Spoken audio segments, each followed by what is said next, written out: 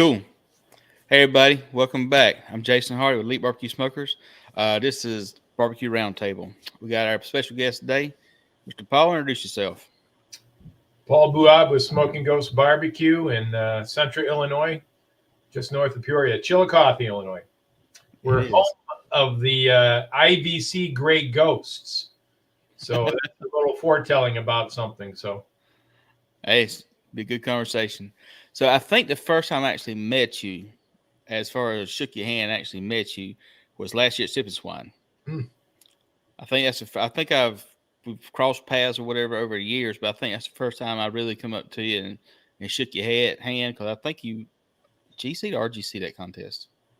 We snuck one out. We survived our chicken is the best way to say that.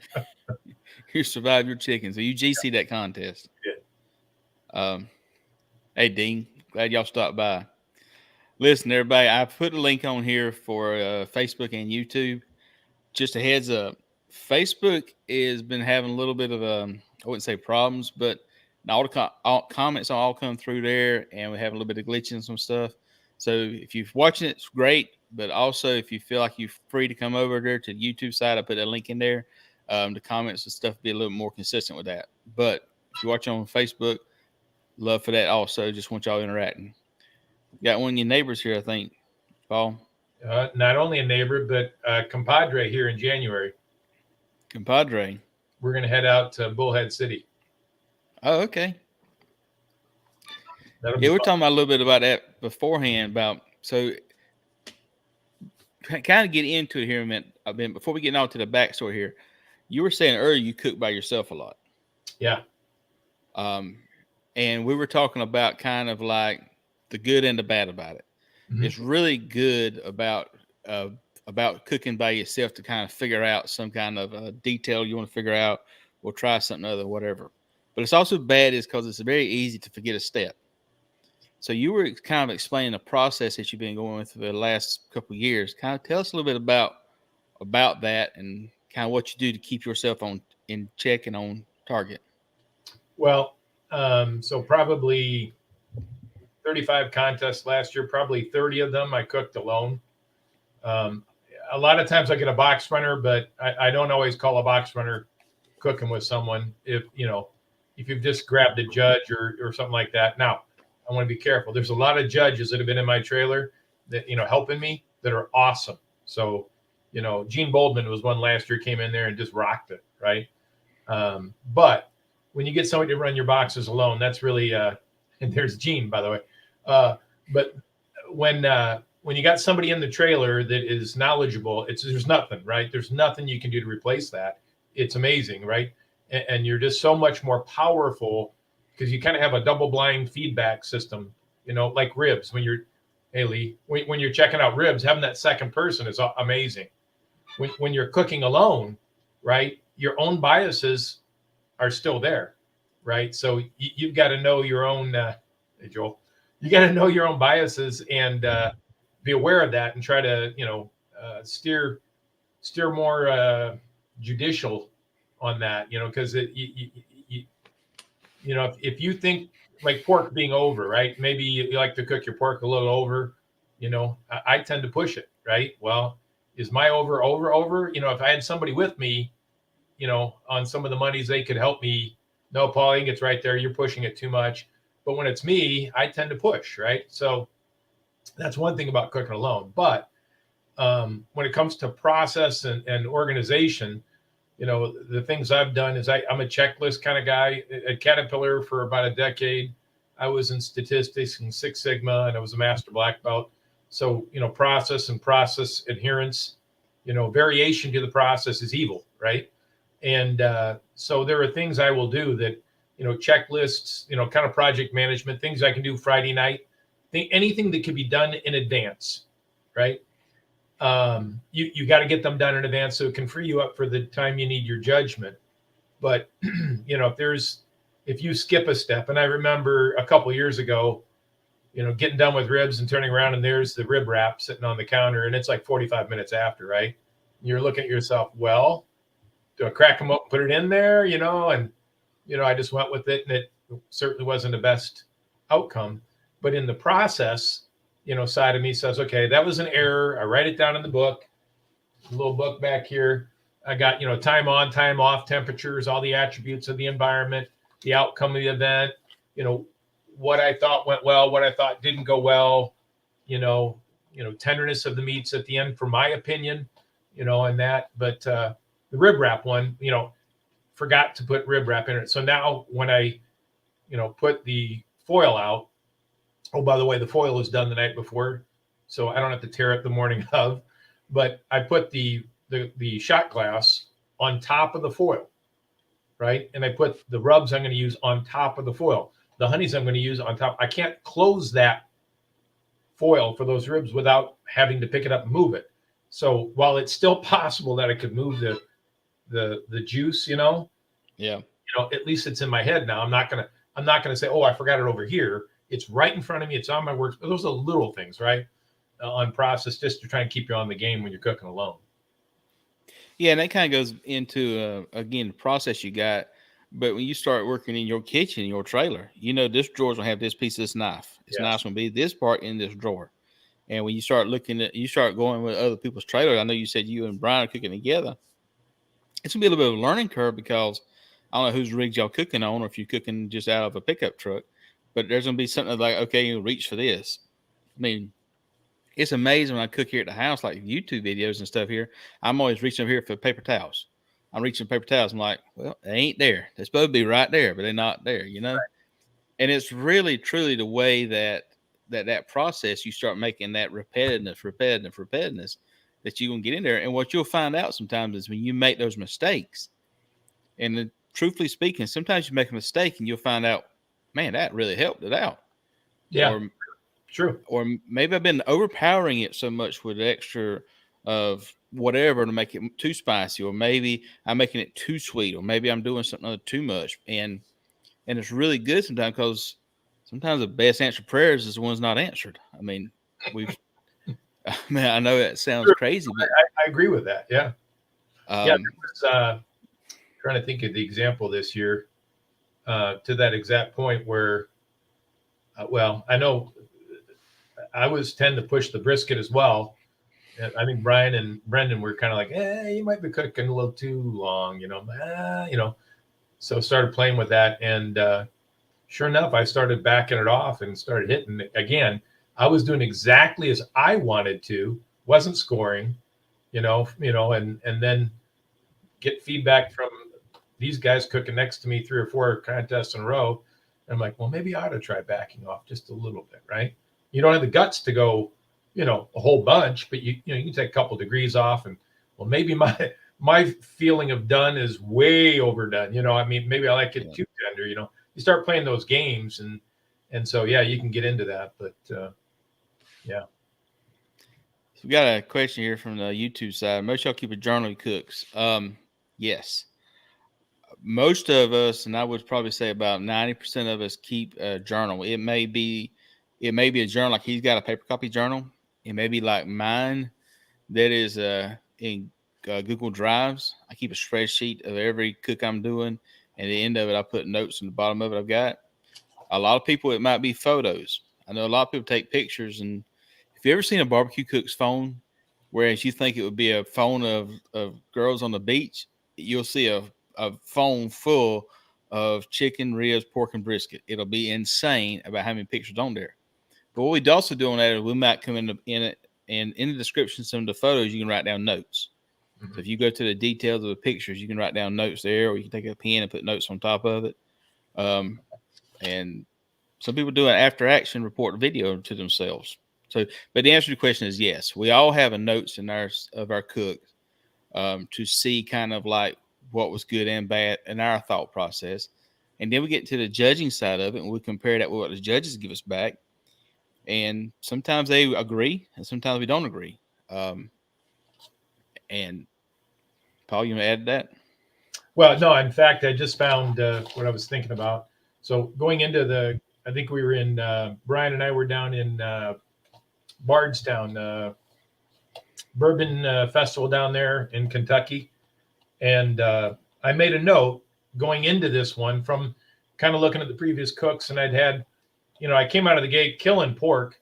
and then I went into like no calls. I mean, and more important than no calls, low scores, right? I'm like, that's weird. I could just mail in pork and get a call, was what I felt like. Maybe it was overconfidence, but so I sat down and started to document things. And so I came into that contest with a post-it sitting on there, what to do for pork, right?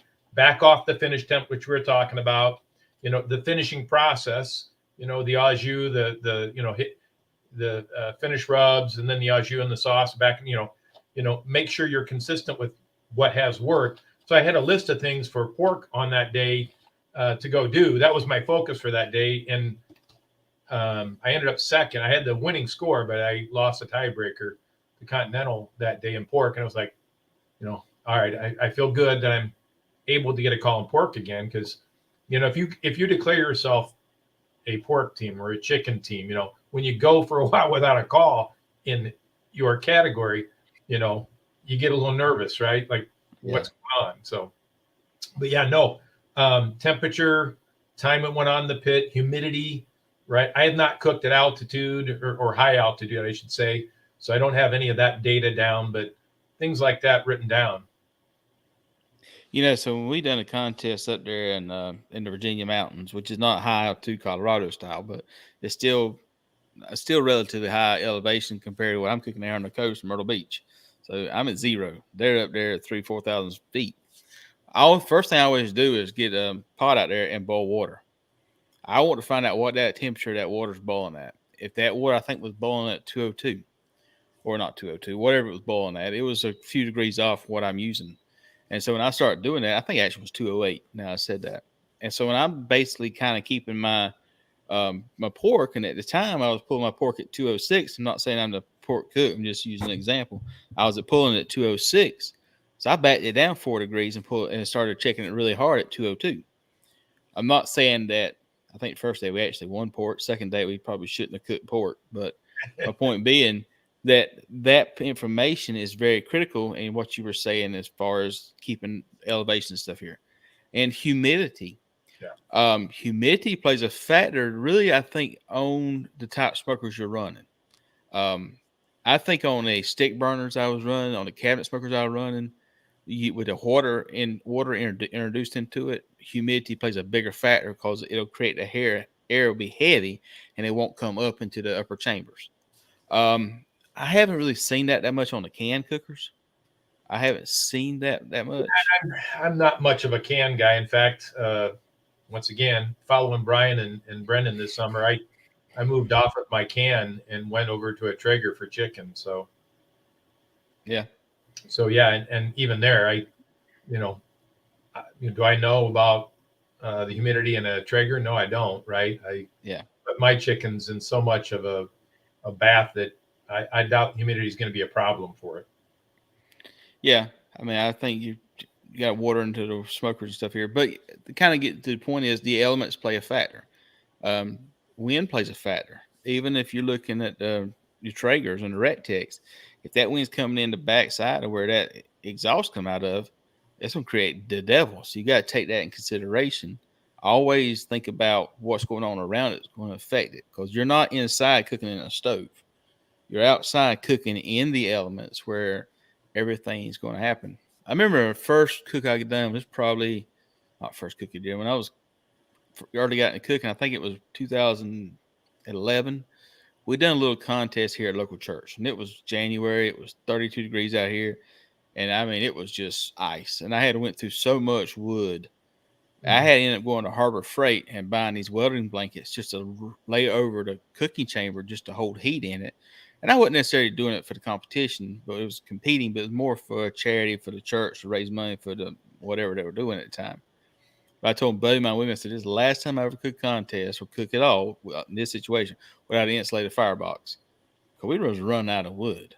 I mean, it was, luckily I was at the house. I come and get some, but it was just, it was losing so much heat because we didn't take the elements into account for the situation. And that does make a difference. Yeah, no, and I mean, I'm over prepared, if anything,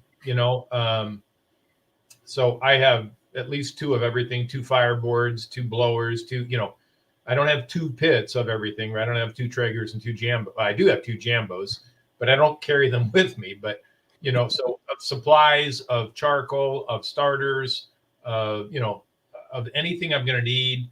I probably got about 30 probes. The wired probes for the fireboard, three different fireboard controllers as a backup. So I'm ready for technology to screw me, right? And have a backup plan. So I mean but the only reason that I'm there is because I know it's happened, right? So I won't go into a contest knowing that one thing could take me out. And what I'm saying is that goes bad. I have a different approach. So for the people out here, and most people watching the show are competition guys, but for the people out here that's not competition guys, you mentioned a Jambo. Mm-hmm. Explain what a Jambo is for somebody out here that don't necessarily know what that slang term is. So it's a heavy son of a gun. And the Jambos are 1989 Jamie Gear came out with it, and they set the stage for the industry of stick burners for a while. You got your Langs, you got now Jay Craig with Outlaw Smokers is just killing it, and not only with quality, innovation, and price, customer service. I mean, so I know the Jamie's gonna retire, and he's probably already outpaced by Outlaw Smokers 2-1 everywhere now. But the Outlaw, it's a heavy firebox, insulated firebox. I'm going to guess probably about just under about 42 inches wide, the firebox, by 42 inches tall. So it's a beast, and thick steel chamber, 28. I think it's 28 back. I mean, it's huge, right? And it's got shelves. You can run. I don't know. I run 4 to 6 pork butts depending on how I'm cutting them for the contest. I'll run 4 or 5 racks of ribs, and then the chicken. You can run it on there. I put it on the Traeger, but it's you can do a whole comp. Many people do the whole comp on a Jambo. I now use the Traeger or a can for chicken and to finish stuff, and as a fail safe in case I need to push something at the very end, like brisket. if I deemed it to be done and it's a little tight at the end, boy, I can throw it into a pan and put that Traeger at 340 and push it, for 20-25 minutes if I have to. But yeah, so the Jambo it's a stick burner. I went from 21 to 22. I was probably 85% stick and the rest lump, to probably now 70% lump and 30% stick. So that was one of the changes I made this year. So kind of going back to that smoker here. So the difference between the competition stick burner and also most of the YouTubers you see out there stick burners. Mm-hmm. And you see a lot of people out there, and we've been cooking on forever, so there's nothing wrong with it. But the difference is that the fire chamber, the difference is the fire chamber in the back of it is a little bit bigger, but it's insulated. Mm-hmm. And that heat is then what it's doing is forcing that heat from there to be controlled to go into a cook chamber. And then it's going out the other side. It's a direct flow. It's not reverse flow or anything else. Right. It's just coming out of here. It comes out, but it's in an insulated container, and it's pushing the heat out the other side, and it's going out the stack. I mean, that's the difference between the competition stick burners and most of the YouTuber side of it. So now when we start saying the Jambos, the Outlaws, the Champions got one out there. I think it's the 3 of them. Those are the 3 stick burners out there that's been used in competition for the last 15, 20 years. Langs out there. Who's the other one? Yoder. Sir? Yoder. Yeah, Langs and Yoders and some other ones out there. Those don't have, I don't know if the Yoders do or not. They don't have the insulated firebox. I know Lane doesn't. And so what happens is you end up using more wood or more charcoal to maintain a cook. And that's whenever the I wouldn't say advantages of it, but that's one of the reasons why the guy's going to a insulated firebox is because I look at the competition barbecue. When I'm doing barbecue, what I want to do is my meat go on there just like I have an oven. I want that to be this. I want that timeline, that temperature, everything to be just like this. If I start doing a roller coaster, what I've been introduced to so much of these up and downs, I can't control. I don't know what's going on in that cook chamber. And if I did get a perfect score, I can't repeat that Right. because I can't repeat those up and down. So what I want to try to do is keep it just steady, even. And so that's kind of where I say the advantages of the insulated firebox come into. Now, you can do that with a non-insulated stuff, but you got to basically sit there and cut a little chunk out and put it in there about every 5 minutes and see what's going on. But you can do it, but it's going to take a lot more work. Whereas the insulated, it doesn't seem to be quite so much that way. Yeah, and I mean, and that plays in the factor when you're in, the two tails of temperatures, right? If you're out there on a 75-degree day, you're not going to have to worry. The non-insulated firebox is going to compete a lot better, right, on that day than when it's 25 to 30 degrees or even heavy wind. Here's the other key thing: rain, right? Yeah. Rain on the outside of a pit, a non-insulated, thick steel will have a drastic effect, right? My very first cooker competition we used was a Good One smoker, the old Chris Marks Good One. It was a rodeo. Mm-hmm. I mean, you could house a ton of pork butts on there, but it was not very thick, steel. And you get a rain shower coming through there on the back of the firebox and on the cavity, you'd lose 20 to 30 degrees in an instant, right off the bat. Boom, right? And so now you're overloading it and trying to open up the dampers to get more heat. And to your point, those are variables that are going to be hard to repeat, even if you wanted to, right? Right. Kind of what you're saying is, look, there are some variables in a cook that you can control and some you can't. You can't control the outside temperature, but you can control how you cook, in your chamber. And by buying a more insulated smoker, you're working to control that cook temperature by the amount of stick you put in there and the cold and lump and that. And so you got a choice, right? Some variables are very expensive to control, right? And buying a Jambo may not be in the game for everybody. So you're going to choose not to control the thickness of your smoker. But to your point, then you've got to manage that fuel. So, right off the bat, you're going to have less time paying attention to your meats because you're going to be paying more attention to the temperature. Yeah. So, and that's kind of where you start looking into it. You got to control all the environments control in there. I know talking about guys, Dean was asking questions like, what do I cook on? So I started this in 2010 and was basically got into this to sell my smokers. And I found that that's not, without me having a lot more people working with me, rather me trying to keep it one man show, it wasn't feasible. So we ended up kind of getting out of that. My first cookers that I cooked on in a competition that I hadn't built was Gateway drums. We started at, I think, 19. We started doing Gateway drums. Before then, I had been cooking on my stick burner, which was basically a clone of an Outlaw or a Jambo. And it was an insulated firebox and stuff. But even that, when I think back, it cost me $6,200 to build it myself. So, I mean, they're not cheap to build. And then now I'm cooking on the Gateway drums, Rectex for the most part. That's what I use at competition. My Rectex I love even again, back to that story. I love the pellet smoker, the Rectex. I keep it steady. I can turn it. I can hit that button. I can go up if I need to come down if I need to. So I take that equation out of it. And I feel like competition we've seen in the last couple of years is getting more and more of the pellet smokers into the equation.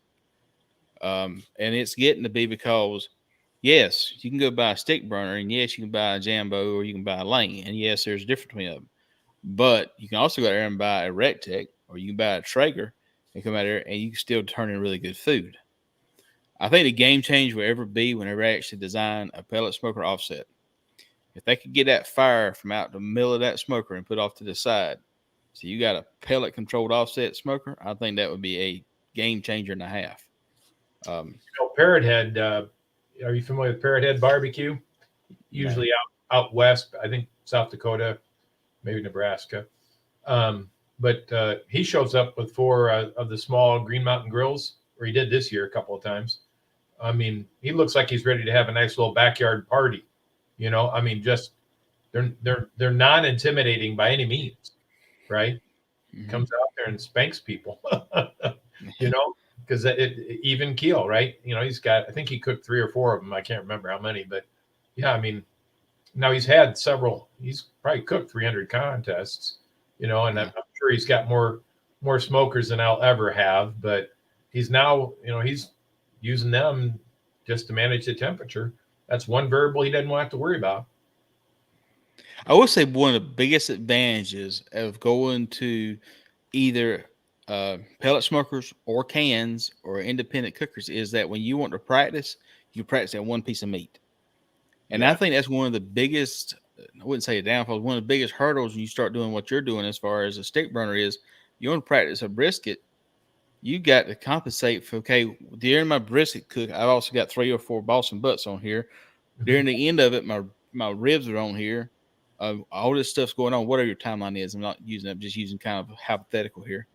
But when you start trying to recreate that practice on that brisket, it's really hard unless you're doing a full competition cook Yeah. to really truly get a true practice on there. Whereas if you're doing a can or a pellet smoker to do each individual pieces, you don't cook a brisket, just cook a brisket. You can take your notes and it'll work.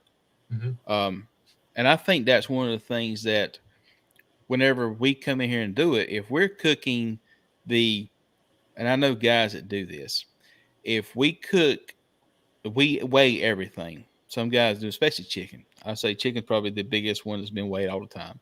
So when they go put in every piece of chicken leg or chicken thigh, they got some weigh X amount. They will cook it on the smoker at the same time, and so they've got this thing down to a science. They've got it down to a science that meat's gonna come off at that time. So I think that's really cool when they can do that. I don't know that we can do that so much with pork and with brisket or ribs. I just think there's so much inconsistency throughout the years, whereas chicken's chicken. Yeah. No, I know a lot of your listeners on here now. I mean, with chicken, um, you know, it's again, what are the variables you're going to choose to control, right? The weight of the chicken, the shape of the chicken is absolutely something you can control, right? Yep. Now, you may have to buy 24 to 32 thighs to get what you want, but you can control that. Legs, same thing. You can control that, right? Now, Mm-hmm. you know, you don't have to, you don't have to, you don't have to go out and buy, you know, the same pork butts for the same thing, but chicken is really one of those that you can control, right? Thighs Yep. weight, thighs shape, you know, get a pair of scissors, trim them up to the shape you want. I know people that make templates for chicken thighs, right? You know, I'm not saying it's a good thing or a bad thing. I'm saying it's one more thing you could do to control that, right? And you know, when I cook thighs, they're at 5.5, 5.4. You know, I don't want them under 5.2. If they look similar, I'll probably accept it, but I like them to be right at 5.2 to 5.5. And for when I'm cooking legs, I want them right at about 5.0 to 5.2. Legs are a little smaller. I've done better with a little bit smaller. Of course, some people call those big legs, but you know, but you know, that's again, you can control the weight of chicken you put on. And it takes a little more trim time, but you can do that. Why wouldn't you, right? I'm not saying that's mathematically going to be always the best answer because there was a contest this year where I actually put my comp chicken in the freezer and brought the leftovers accidentally. I switched the vac seal bags, and you know, and of course you got to get out of your mental head that you just screwed the pooch, right? You're like, well, I blew this contest, right? My chicken's going to be toast. So, but you find a way, right? You trim what you can. Now you got bigs and smalls in that bag, so you got 2 pans, and you know, and you're cooking to tenderness, regardless. You know, that's where I got third in chicken that day. You know, I don't know that I deserve third in chicken, but to your point, you know, is that while we do everything to control all the variables, ultimately, still at the end of the game, there's still a bit of a crapshoot on there. There is. I mean, and I think that's something other that and all cooks have got frustrated, but about they're not getting results they expected. Totally get that. But we also always have to look at it from the other side of the coin. We've also gotten calls, like you said right now, in chicken. Whenever, quite honestly, you got a call on chicken that day, you may probably not deserve that, but your week before that, you didn't get a call on chicken, you probably deserved it. So you got to kind of the Yeah. yin and yang. It's going to wash itself out in the end. And I think that's kind of just a gut check. And I think one of the biggest things that really, truly just, I always look at my wife or whoever, I'm like, the people don't always cook perfect. I can tell you straight up, I don't cook every contest perfect. And so sometimes I don't do good because my food wasn't good.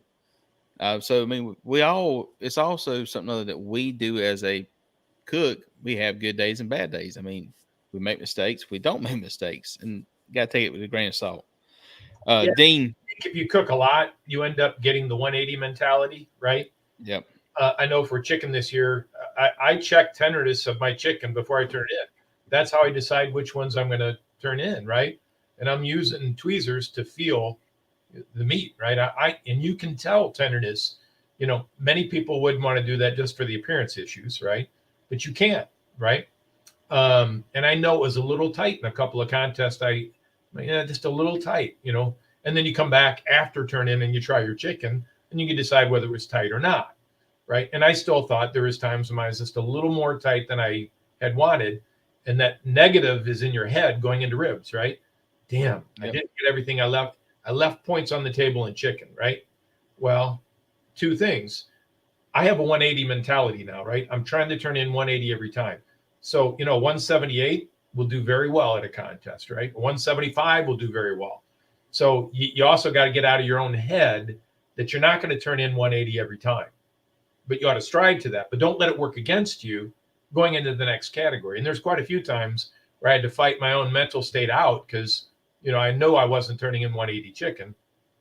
Again, process. That's that, process to perfection. You got to be careful because if your goal is perfection, then you've already failed because you're not going to get 180, 180, 180, 180, right? Unless you're local yokels in Indiana, you're not going to get close to that. Right. I mean, that's a great point. Dean, a couple of things about your question. I use a 380 and a 1250 for competitions and for YouTube videos. I've basically got one of each, and I use those to do that. I love the 1250. I love the 380 from a grill perspective. And I love it for kind of a low and slow and stuff here. But I will say this with 380. If you get the 380, make sure you do one thing. Always clean that sucker out. Straight up. The way it's designed, you make sure it's clean. And I'll say about any grill out there, but I will stress it with the 380 itself. It is something that you need to make sure you clean. Green Mountains are great grills. I mean, they've been around a little while. I heard they wasn't them and Traeger going through some stuff a while back. Is it? Yeah, I mean, I think Traeger's on the Wi-Fi technology and the controller. I think there's some legalities there, and I personally don't know. You chat with Sterling Smith, you probably get the real deal behind the scenes. He knows all the isms at it, but yeah, I think Traeger is pressing a little hard on Green Mountain Grills. Hey, Steve. But the 1250, I mean, seriously, the 1250 is a grill that I feel like it's probably as the top notch grill for pellet smokers out there, and I say that with a lot of pride. I love them. I'm not saying nothing wrong with some of the grills. I'm just saying that 1250 is the way it's built, stainless steel. I had no problems with that bad boy. And you're right, Richard. A good cook does know his stuff, and that's one of the things about it is you know it's good. But at the end of the day, we're not the ones judging this food. We have to understand that what we think is good and what we think is great, what we think is perfect, is maybe not what's getting in there. And I believe this year with the judging, I think this has been a kind of a transition year. And I think what happened early in the year is COVID was just stopping. So we still had the judges from last year that was judging while COVID was going on to come out there in the COVID guidelines. I think they were doing it the first half of the year. I think through the middle of the year, through the summertime, is that transition between those judges still judging and then the old judges that wasn't judging come back into the mix. So I think we had a little bit of a transition with that. And I feel like the third part, the last quarter year, whatever, I feel like the fuel prices kind of took some of the judges that have been judging last year and year in the early year, kind of brought them out, took them out of the equation. And so I think we've had a transition year. And I think if you look at the scores as a whole, I think you'll see from a lot of teams that's had their stuff dialed in for COVID, had their stuff dialed in 2021 and going in 22 and come out the gate swinging really good, And then about the middle of the year, I was like, wait a minute, what's going on here? What's going on here? Yeah, And I then think you're saying the heavy smoking ghost story right there. We and both did midsummer, and we weren't dead, but we weren't top three. mhm. And I feel like that I'm not saying nothing's wrong with that. There's absolutely that's just the nature of the beast. I mean, we get into this, but it's not. And at the end of the day, I'm looking at. I'm like, that's the only thing I can figure out is that's the only thing that's changed because I went a couple of times and talked with some judges and judged Turkey or whatever, and I'm like, I remember I was judging Turkey and they like, well, this first contest we judged in 2 years. I'm like, okay, well, I have no idea what you want to what you want it to taste like tomorrow, but hey, we want to try it anyhow. Um, so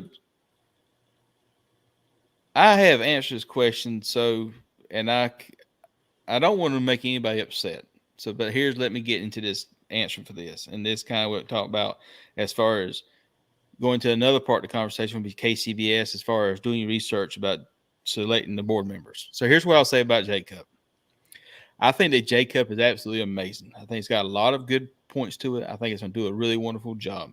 However, when you have this J Cup right here, and what you have in there is a percentage of the judges that's doing the J Cup, a percentage of judges not doing the J Cup, and then you come out here and you go to a contest and you put them all in a hat and you pulling out a chip, you have no idea what's going on. If you're going to do what you're going to do, then number one, if you're going to keep these not mandatory, then it's not mandatory. I would suggest you try and do it mandatory, but I understand the political side of it. But what I do understand is put the computer seeding program back into place. Because what you'll do now is you'll find out these people are taking this class, and you can see their scores of how it's going to change. And the people that hasn't taken class, you can see their scores how it is has or has not changed. And then you'll find out, okay, I need to put this person with this person on the table, and then these people on this table together. So at the end of the day, my table averages are averaging out as what it's supposed to be. Now we've got an even playing field. But whenever you've got the J Cup and you have no computer seeding program and it's about luck of randomness right here, then I don't get it because I mean that doesn't to me that makes no sense. You're going through all this effort to make it better, and do it better. And I commend you for what you're doing, but you're cutting your knees out from under you. Yeah, Jason, you hit on a deep subject of mine. I was on the J Cup team that developed the training, and my passion to get on there was a pair of sixes and brisket for burn ends, right? Well, actually, it should be two pairs of sixes, right? I was at Warsaw, and next to Rub My Rack and Stan, who's now our president, I was waiting to be the last guy to turn in brisket, just one of the things I like to do. And I really, really thought the burn ends were on that day. And I had them try it before, I already had the box ready to go. And, I could yank them out the last minute if I really thought they weren't there, but I really thought they were there. Again, I love burn ends, so I'm not the best judge, right? Even on my own side. Stan hit it and he's like, wow, tenderness is spot on. I ran the box, right? And I got, not only one judge that gave me a pair of sixes, but two judges that gave me a pair of sixes, and it was too fatty, And so from then on, I was motivated to make a difference, right? So Dave Drutzler, one of the reps, got me on the committee. I had to send emails to people saying, hey, I really want to do this. Here's my background, blah, blah, blah. I have a math degree. I'm a, statistics guy. Let me, blah, blah, blah. But I really wanted to revamp. And in the end, I wanted to make a lot of changes. We made some changes, right? But we talked about burn ends for the first time, right? In the past, nobody talked about how to judge a burnt end, right? So kind of and I wasn't the guy that wrote the final words. We had people that do English much better than I. My comments kind of in pseudocode was, I don't care if you don't effing like fatty burn ends, right? I don't care. Burn ends contain fat, get over it, right? Your job as a judge is to determine how well the cook rendered out that fat. Okay, so regardless whether you like that slice or that meat selection, that muscle selection or not, I don't care. So we really focused on that, and again, there was a lot of good people on that team that really helped me bring that to the table, and that was Charles was the one that drove that. So that team led by Charles is the one that delivered that J cup. And I agree with you. It's kind of like at Caterpillar when I was working there. We'd have safety stuff, and I'd have to take certification on certain things before I could go get into the shop and do move a fork truck, because they had to make Yep. sure that I was trained to be safe and to manage the work ahead of me and the process. So the J cup to me is nothing more than today's modern society assuring people are on the same page. Now, we had just removed the scoring, of the lower scores. So we actually had a different measurement system. So you couldn't let people just come in with no knowledge. Well, how do you retrain everyone, before they cook the next contest without doing it in the tent? You got to have something that shows them, hey, we removed these two numbers because they weren't being used. So we want to make sure you understand how to actually score now that we got rid of the four and the two lower numbers. And so that was the impetus behind the J cup, right? Is we had a scoring system change, and we want to get people on the same page. So so for me, that was kind of I got the opportunity to kind of take my passion for burn ends, which I swear to God, I rarely turn them in, even though I was the one pushing so hard for burn end judging. The key is I don't want to get it. I want it to be able to stay there, so that when we get back, I can relax and turn in burn ends when they're on point. Pardon the pun. Well, and kind of first we get before we answer any questions here, talking about burn ends. I think I think if you do a burnt end from a prime brisket, that burn ends will render out fat, and that's what the judges are looking for as far as a rendered out burn end. And that's what I think is really truly what burn end. That's what it is. But when you start going to a black grade, gold grade A9, that fat in that burnt point is different than a fat in a prime. We pay a lot of money for this fat, but in your point, it doesn't render out the same way. Therefore, that you're gonna have that collagen taste in that A9 and the golds and the black standards, more the golds and the black than you are from the prime.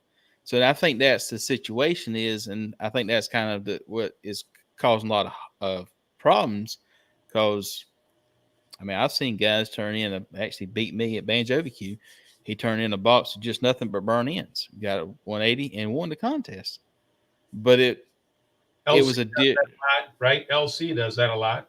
yeah, LC done that, but he had it rendered out. I don't know if it was a prime or if it was what it was. I never really talked to him about it, but I'm just saying that's what happened there. So he can win the contest, but I think when you start looking at it, you got to understand how these two meat pieces of meat are different in that perspective. Yeah. Because I love cooking blacks. Before COVID, I love cooking blacks because I felt like I got a lot of the consistency with the flats from the Snake River Farm black grade.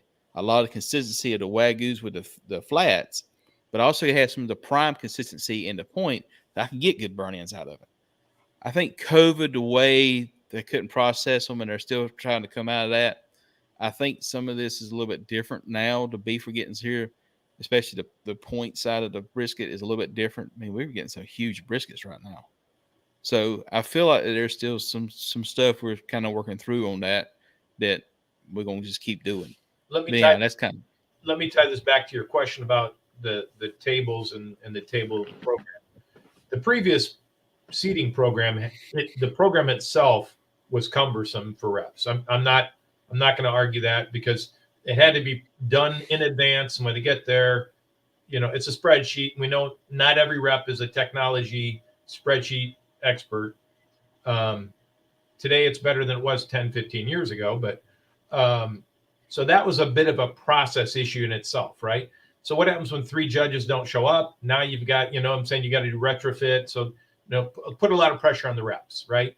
And then the data going into it was not clean, because a lot of our back end systems weren't clean, right? So David McAllister, he's actually one of the guys being nominated to retain a board position.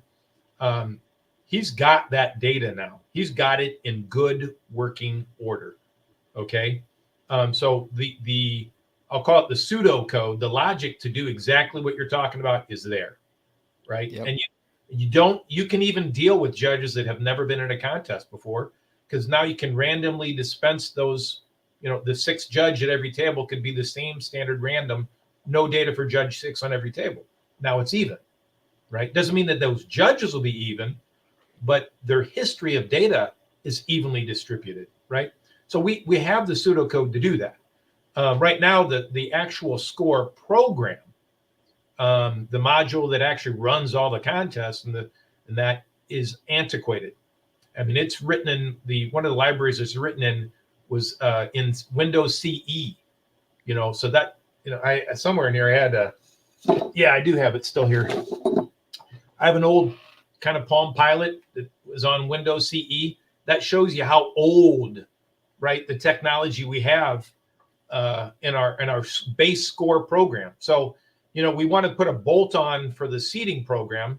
We got the ability to do it, but it's almost like saying we're going to build on, a game room, or I guess for us, a barbecue room for our filming, and maybe some bourbon room next to that. But we're about ready to bolt it onto an 1800 structure that isn't sound, right? I mean, so before we go do that bolt on, we've got to fix the score program, right? We got to go back, reverse engineer the requirements, and make sure just the basics that we already have and take for granted are good. So everybody, I shouldn't say everybody. That's a really sore subject, actually. I think those that are technology inclined understand you got to fix the score program and you want to put the bolt on, right? Which would be the seating program. And I think those two things with the J Cup, make a cook's world as good as it can get, right? Well, I think that I know technology's out there. I personally don't know how to program it, but I know what's out there is that you can take a phone, put a KCBS app on your phone, and judge gets there, they click in, they check in on the phone, and at the back end of it, it can sit there and does its own seating program, and then it sends out the notification to the rep and say, all right, this judge is sitting here. I mean, yes, they can do that. The technology is out there because people do it all the time. And so you can do it that way. So therefore, it takes the cumbersome out of the reps equations. It is before they're not doing it. It takes the situation about saying, well, I got to do this ahead of time. Well, no, if the person's en route and they've 10 minutes out and they call in and say, okay, we're coming, we're here, they check it out. If not, you got your secondary judge right there. You say, hey, you need to sign in. Or it could be the fact is that those that sign in and show up, then they get put for judging on there. And you're right, Kerry. I mean, you kind of said right here about just giving to use it. I mean, I think Ghost should run. Run I away. think it'd be run away. But I mean, that's it. Now, Noel said here about more contests, more teams, more judges moving around. I think that's a lot of truth in that. I absolutely 100% do that. In the Southeast where we cook at, we tend to have one contest up and down from Florida to the Mid-Atlantic up in the north. We don't have 2 or 3 contests to split up teams. So I know over here we see a lot of the same judges every weekend, which is great. Don't get me wrong. I love seeing everybody. I think you get out towards Kansas City area in the middle of the country, they usually have a little more than 1 or 2 contests judging. But the fact of the matter is, I don't know if we have enough teams to truly sustain more than 1 or 2 contests on the weekends on a consistent level. And I don't know what's going to happen next year, like I said, with fuel and meat and stuff. Richard here. So this is a comment here in regards to scoring that I'm probably of a different camp than most people out there. Let me give you an example on that. I done a contest early in the year, and I was doing a brisket. I had 5 slices of brisket that I felt was absolutely perfect, and they were really good. But I could not find a 6th slice of brisket. So what I done is I put that 6th slice at the back so that heat could hold it in and maybe help it out a little bit. I should have probably put it in the middle of it, but I put it in the back, and I put it over in the front of it, and I got my score sheet back. And my score sheets was right across the board. 5 really good scores, 9-9s and 9-8-9s, all across the boards. There's one at the end of it was probably a 7-8 or 8-8-8 or whatever it was, so it was not good. So whenever we're looking at this, we got to take this into consideration. With chicken, you have a chicken and put it in the pan. This one piece of chicken is going to be a different spot in that pan with this, and the fire's going to hit it different. So it's going to cook a little bit differently. Only way you can do that is do like Child's and put a rotisserie, and even rotisserie has its own little quirks to it. But that's kind of the point is every piece of meat in there, ribs, chicken, pork, pork and brisket, everything's going to be done. It's going to taste differently. You go into a rib. I mean, if I could get you 6 bones out of two very middle bones out of each rack of ribs and turn in 6 of those 2 bones, I do it every day of the week. But one rack's going to taste different from the other ones, and it's going to taste different from end to end. So I'm going to start putting it in there. So to kind of say what you're saying right here is I would take that with a grain of salt in the sense that sometimes not perfect. Now, we sometimes it turn in, it should have been 999, but we don't know what a judge is looking for. So I would take up for the situation that kind of a retrospect looking back at that, it might not be totally the best food ever turned in.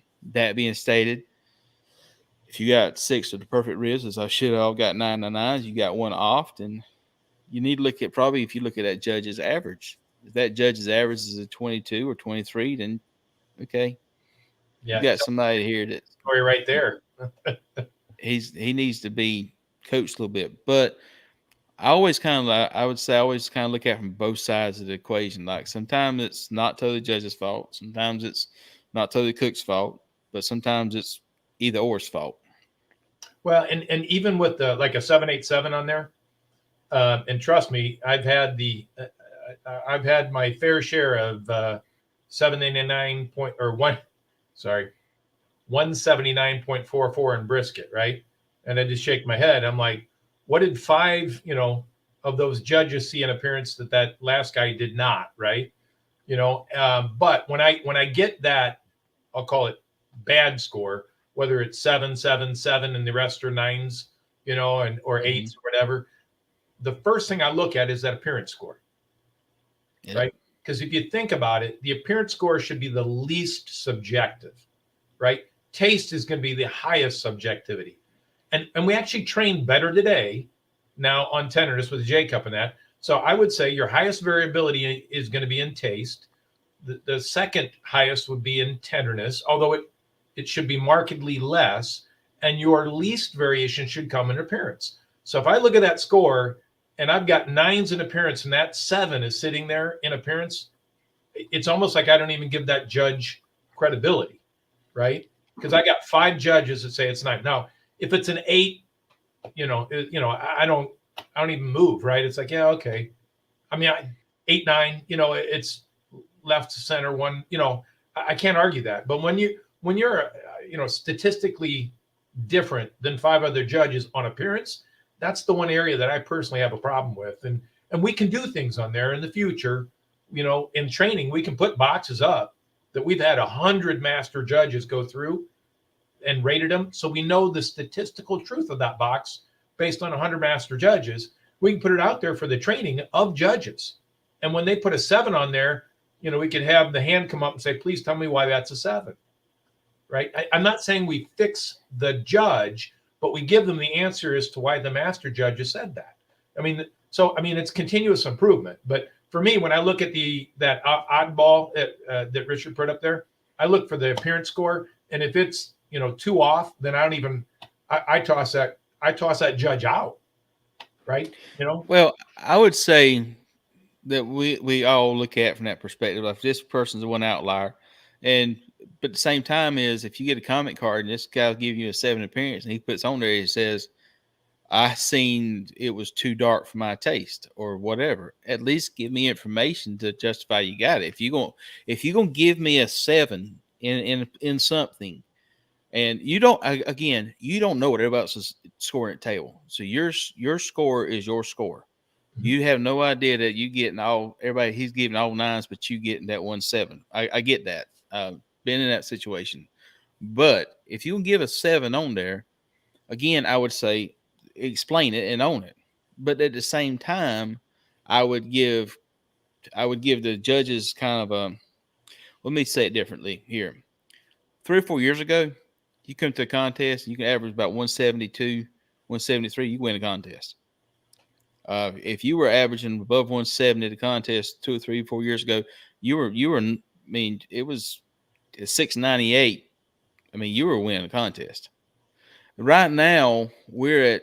I mean, shit. What 704, and you coming in second. I mean, And I get it that the food is there's information out there, people cooking a lot better food. I get that, but at the same time, sometimes I think we give away nines like candy, and sometimes we give away a seven's what probably should have been gotten given away, but it's really hard to go there. I cringe And when I hear a judge say, "Well, I know they traveled, they put a lot of money in here, so I gave them an 8." I'm like, "No, you don't give them anything. They earn the score, yeah, right?" And okay, so don't give them a 5, if it's bad and you don't like it, and it's below average, right? Then give them a 6, Don't give them a 7 because, well, you try. No, I'm just as mad at a judge if I hear him say that as I am a judge that gives me the 7 in appearance when every other judge gave me 9.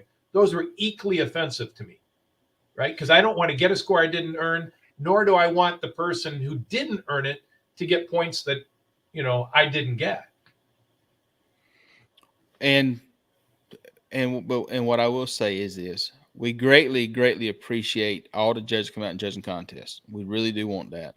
And what I've said this in the past is look at this as far as giving a test score. If you give a math, you're a math professor, a math major. If I go here and do a math test, I get the end of it, and you come up and you say, you got a C. You keep walking. You look at me like, what you mean I got a C? How'd I get a C?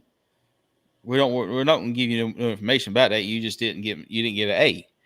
Then I'm going to be like, okay, well, how am I going to improve on it next time? So when you look at comment cards, and I get that everything's fast paced, and I totally understand that, and I wish that there was a little bit easier way for KCBS to get the comments to the teams that could allow information to pass through there. And I don't know how to do that, and I'm not going to try to get an argument today. But what I'm saying is, if you can help them get that information, then they can improve their game for next time and keep moving up the equation. So please don't Yeah. give scores just to be kind and generous in the sense that let them earn the scores. But until we do the seeding program, until we do J Cup across the whole, all of this here is going to pretty much be a ring around the roses and keep talking about this issue in circles. And, Because and Jason, to your point, it's much like your child coming home with a test and they got a 70% on it. And you say, well, what did you miss? Well, I missed 30%. Well, which ones? Well, they didn't tell me which ones I missed. How do you get better? Right? It's, somebody said the math test, what we do in the old days, we'd circle the problem, we give you the correct answer, and we give it back to you. Right. Yep. So in my mind, if you want me to get better, oh, by the way, if I get better, you get better food. So, it goes both ways. And my frustration, and I started turning in money only, and those that know me know that's not like me. Right. not dollar bills. Yeah. For people not competing right here. Get turned in with dollar bills around it in an ancillary, and they were not DQ'd. Yeah, no, for pork, there was a couple of times I got so frustrated, I just turned in money because I would get a 7, and I have no idea whether it was the tubes or the money because I got no feedback. All right, so kind of breaking this down a minute. What he's talking about is pork. And for those that's not competition guys here, going to give a quick lesson. Anytime you're doing a pork Boston butt, you pick a Boston butt up. You put on this side here, you're going to have a bone. Where that bone is, that there is what we call the horn meat. All right. In the middle of it, on the opposite side of that, is a piece that you'll see the striations that run up and down like this. That's the money, which is money muscles we're talking about. In the middle of that, between the two, you've got what they call the roast. All right. In between the roast and the money muscle, there's 2 tubes that run across here. And that's what we're talking about with the tubes. And then on the bottom of that, if you take it and flip it over, so now you put the fat cap up. Underneath the fat cap, you got bacon here. And then you also have a tube about the size of your finger that'll run a long ways cross corner across there. Little small tubes. So I got a video out there if you want to see a more breakdown, but it's kind of when he says money, he's talking about the money muscles part of a Boston butt.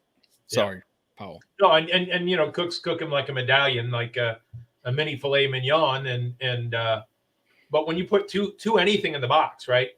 And this is the argument that comes back on brisket, right? Some people turn in slices and burn ends, and why would you turn in burn ends? Why are you rolling the dice? Well, the first question I ask them, I go, what do you do for pork? Well, I turn in money muscles and I turn in some pulled. Well, you're turning in two meats, 2 muscles, and pork, but yet you don't do it in Brit. I mean, it's a double standard, right? But we all know that that the subjectivity on burnt ends is much higher than the subjectivity on the second pork, right? So, and it's Yeah. kind of, it goes back to statistics. So, right, if you have two things in the box, it's two things that can go wrong, or said positively, that's two things you got to get right as opposed to one thing you got to get right. So the opportunity for failure is larger with more you put in the box. Yeah, it is. And I think that's what Law is doing. Richard, I mean, I like the that's count. the thing about it. You got a comment card on it. What I would probably say is you just I I would throw it in the fire pit, and I would go by the rule of threes. Yeah. When you start talking about this here, I would try and look at the rule of threes. If you get the same comment from three different contests, then I would say there's something going on there. I know a couple of, I think probably about a year or so back, there was an injection for brisket. I'm not going to name it, but I was using it. I kept getting the comment card, unknown flavor, unknown flavor. And I was talking to a couple of other people, and they were like trying to figure out kind of what this was because they were getting the same question, same comment. And we was like, what's going on with it? We found that this one injection we were using, that it was kind of getting this little bit of a unknown flavor. It was putting in all of it because that's the only thing we're using in common across the board. And we found that for whatever reason, it was just that mix was off or whatever was off, and it was kind of creating unknown flavor. But once we started doing that, then like I said, rule of three, we figured out what it was. We moved away from it, and all of a sudden the brisket scores at the time was going back up. And I don't know if he's changed it or if it's what it was, but anyhow. Well, I mean, and there's some judges that like a smoky, maybe even a dirty smoke. You know, there are judges that, I mean, this is what they like. You know, I get a comment card every time when I usually don't put it in the box unless I've just screwed up the entire world and that's all I got to put in the box. It's just pulled pork. We done it one time this year because whatever reason, it just didn't work. So I had pulled pork and I had the money muscle. So put the money muscle in there and pulled pork. I got a comment card and it said, "Thank you for the pulled pork. We never get pulled pork." I'm sitting going like, really?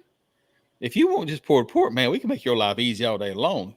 It would make tearing apart a pork butt a whole lot easier for turn ins. That would. I mean, it's crazy. Yeah, Yeah. I tell you, I love cooking them here. I got some in the refrigerator. I cook the burn ends just for the au jus now to have the extra au jus. I I do that myself, and keep my smoker with back to what we're talking about with cooking is keep my smoker consistent. What I practice on, that's what I do it. Paul, how did you get into cooking?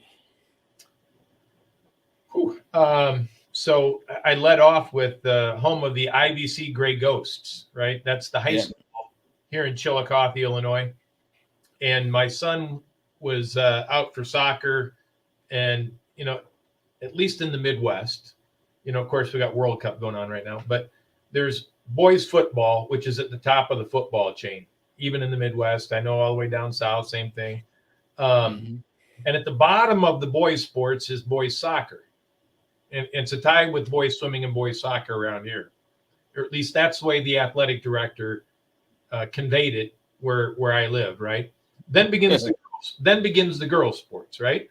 So then, at the bottom of the girls is the girls soccer and the girls swimming. So kind of had this hierarchy of sports. And the reason I say that is you could look at the funding for these sports and the athletic clothing and equipment. And you have the safety equipment for football, which makes it expensive. Don't get me wrong. I love football. Right. But when you looked at this, I'm like, well, this isn't right. These shorts looks like Speedos on the kids. So I went into the athletic booster and said, hey, my son looks like he's out for the swim team. Nothing wrong with the swim team, but he's on a soccer field, and it was a he and a han. And, I'm like, well, we'll go raise the money ourselves. If you guys ain't going to do it, we'll get soccer shorts that look right. We want to be proud of the way our kids play and look. And they kind of said, no, hang on. So the president at the time pulled me aside and said, we'll get you the shorts. We'll find a way. Could you, rather than go create another splinter group, work with the concession stand at the booster club? And so that's where we ended up in the concession stand. Well, within a couple of months, we ended up being in charge of the concession stand. So that hook was set pretty good. And the first thing we sat around here is, well, how much money are we making? And there weren't really any books other than gross, receipts. So we started looking at, well, what's the big seller was the ribeye, and it was good. It was really good. But, it was like back at the time, the ribeye sandwich was like $9.80 a pound for the ribeye, to make a per pound for the ribeyes. And we're slicing them into sandwiches. I'm like, man, there's not that much margin here. All right, wait, time out a minute here. At y'all's home football games and concession stands, y'all's concession was selling ribeyes? They were. Okay. Well, those are hot dogs and nacho cheese. Go ahead. Sorry. Yeah, no, I mean, and the sad part, I was the asshole that got rid of it, right? Nobody likes me, right? Because, man, what happened to those great ribeyes? Those are great. What happened to them? Well, we're not making money for that. We got to charge $10. We're going to sell you ribeye sandwich. So I kind of sat down. We went through the menu and the pork chops at the time were a little like hockey pucks. So we bought a tenderizer, put them in twice to get them nice, put them in some Schweppes, put a little rub on them, and, just cooked them on the grill. And I mean, a world of difference, right? A twice tenderized pork chop is moist, and it's not a hockey puck. And people are like, oh, So, all of a sudden we started to see the margin going up. We made $100,000 in our first year in the concession stand, gross receipts. So all of a sudden we got the attention of people. And during that off season, it's like, well, it says here there's a higher margin on pulled pork. Who knows how to do that? And I look around the room and nobody raised their hand. And it's like, well, then I'm equally as talented, I guess. So I bought a electric smoker box and started playing around with that. And one thing led to another. And, I got a good one, big old rodeo. So I could do 20 pork butts for the football, and of course that's big enough to cook a contest. And so that's where we started, right out of the concession stand. Are you still doing it? We vac seal it. So I went out and got the food safety and got my licensing and all that stuff. And we vac seal it and we give them the process to bring it back. But yeah, I still provide. I don't serve it. Most of the football games I can't even watch because I'm prepping in a barbecue trailer somewhere. So yeah, but yeah, and then we still do provide the meat. So that's pretty awesome. I mean, it's got to help out your sports and your team a lot. Your local high school sports association. Well, and that goes to our nickname. So, I was thinking, and again, I am not a marketing guy, and that it just drips off of me that I'm not. So I thought we're from Chillicothe, and we got a big gravel pit right near us, right? And there's a lot of minerals right by the river. So, there's a lot of, mining going on there. So I'm like, well, Chili Pit, get it? We've got a barbecue pit. We're from Chili Pit. That'd be our barbecue team name. We'll be the Chili Pits, right? Everybody looks at me and, you get that reaction of nothing, right? Which kind of tells you it's a bad idea. But it was my idea. And it's going to be my team. So I'm like, it's got to be right. And I had a buddy look at me and go, why don't you call yourselves the Smoking Ghosts? And I was like, yeah, all right. Begrudgingly, I went with that. But I thought, it was more double entendre that we're from Chillicothe. We have a barbecue pit, and we're known for gravel pits, so we'd be the Chili Pits. Yeah. So yeah, someday I'll enter a contest under that name just for the hell of it. Nah, you need to put your rub out with that name. Yeah, chili-based rub. Yeah. Chili Pit rub. I did practice some Texas chili this winter so far. So that'd be a good name for a chili rub. Well, Mark from the barbecue store got me started on some. It was the Oak Ridge product that's going to be out of circulation. They have a chili mix there that was really good. So I started playing around. So I tell you what, right now it's a race on to create a replacement for their chicken Game Changer. I mean, I know about 4 or 5 people. I saw Brad's doing it. I've started to do it. I haven't spent significant money yet, but I'm on the border of doing some development. And I got to decide right now, to your point, is this, is there a reason to, right? They're going to leave a huge void. They already have. I've got enough for half a season in my cabinet. But so I've got time, but you know, it isn't in my wheelhouse to have that product at this time. So if somebody else has a product that's going to meet what I need, so I'll probably back off. But yeah, I've heard of two. Who else? I mean, obviously, Brad's one of them. Who else you heard of? Well, I said right here, Sterling's is as well.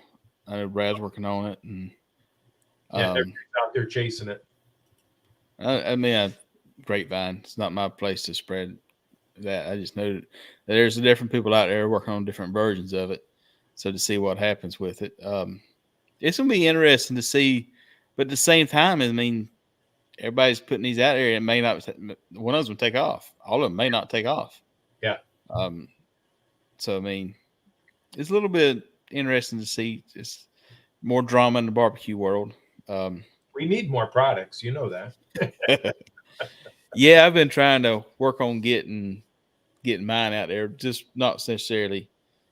I do want to use competition, but more from a branding situation for the YouTube side of it, because that's kind of what we kind of geared our stuff in here lately is YouTube videos. Speaking of which, if you watch this video, give us a thumbs up on there. Also subscribe to our channel. We greatly appreciate that.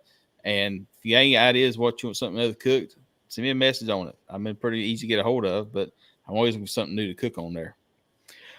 Did you grow up cooking like at the hunting clubs with the family, or did you just kind of baptism by fire in the concession stand? Baptism by fire. I mean, I went and I don't know, it was 2017 maybe. I went into Chris Marks to his class in Chicago, where Yep. he did pork and brisket. And that's where I ended up getting a good one. You know, I'm like, boy, I like the size of it. I can cook a whole bunch of pork butts at the high school. That was kind of the goal there, was to learn that. That's where I got.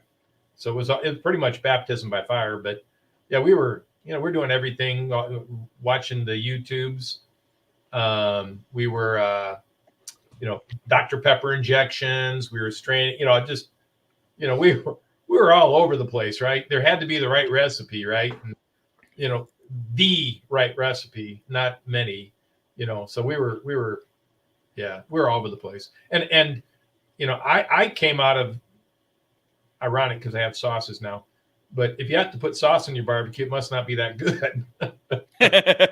So I'm going to say probably the first four contests we entered, there was no sauce on anything. Yeah. And I get where you're coming from, like you said. But I think kind of what I tell people now is if you have to put sauce on what I give you, then I haven't done it right. Right. My food might have some sauce on it. Now, if you want to add ketchup to it, then do your thing. I'm not going to judge you for it. I just won't give you no discount to it either. But kind of a humorous side of it. So, what? How'd you get into making your own sauces and rubs and stuff? Well, the rub was actually coming out of the concession stand. We had a rub that was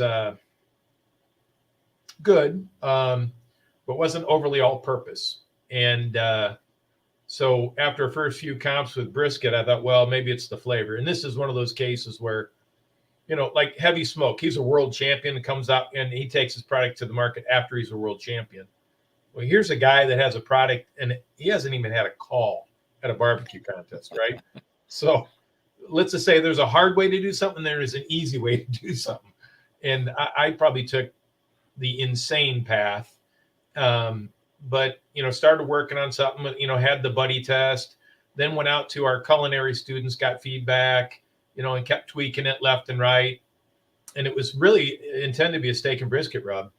And eventually I went to Excalibur in Pekin, Illinois, and said, here's what I got, knowing nothing, right? And what I was assuming is they'd give me something that was almost as good as I gave them, right? And in reality, they made it like 50% better. And it goes from the factors that all their ingredients are much fresher than mine. Yep. Their ability to be consistent is much better than me. So when I got the first sample back, even though it wasn't what I wanted, I was like, wow, and within 6 months, we got what I wanted. And I submitted it into the National Barbecue Association.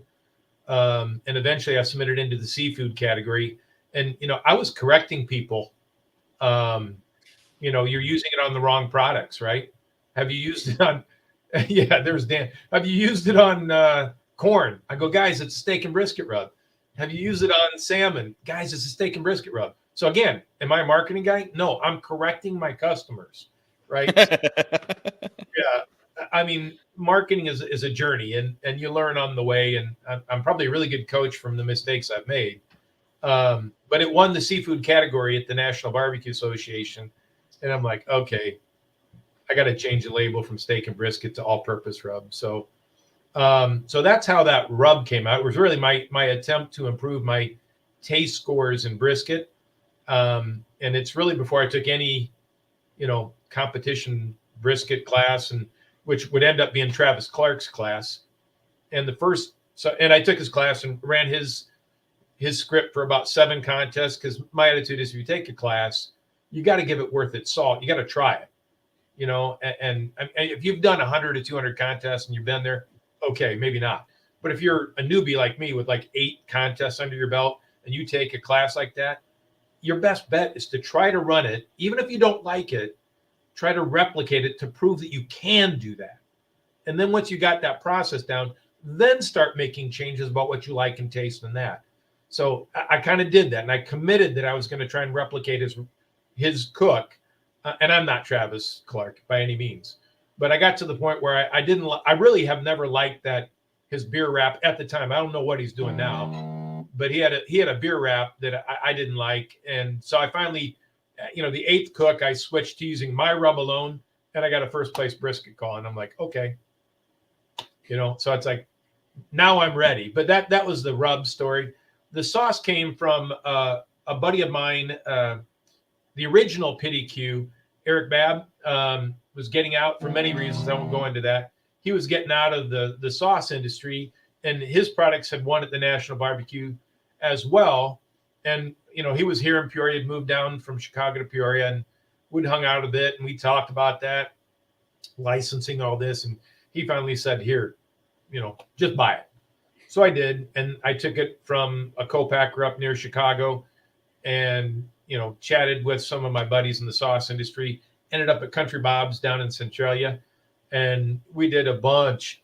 Again, remember my statistical background means I'm a little overly anal, so we were doing blind tests, double blind tests, triple, doing all these things to make sure.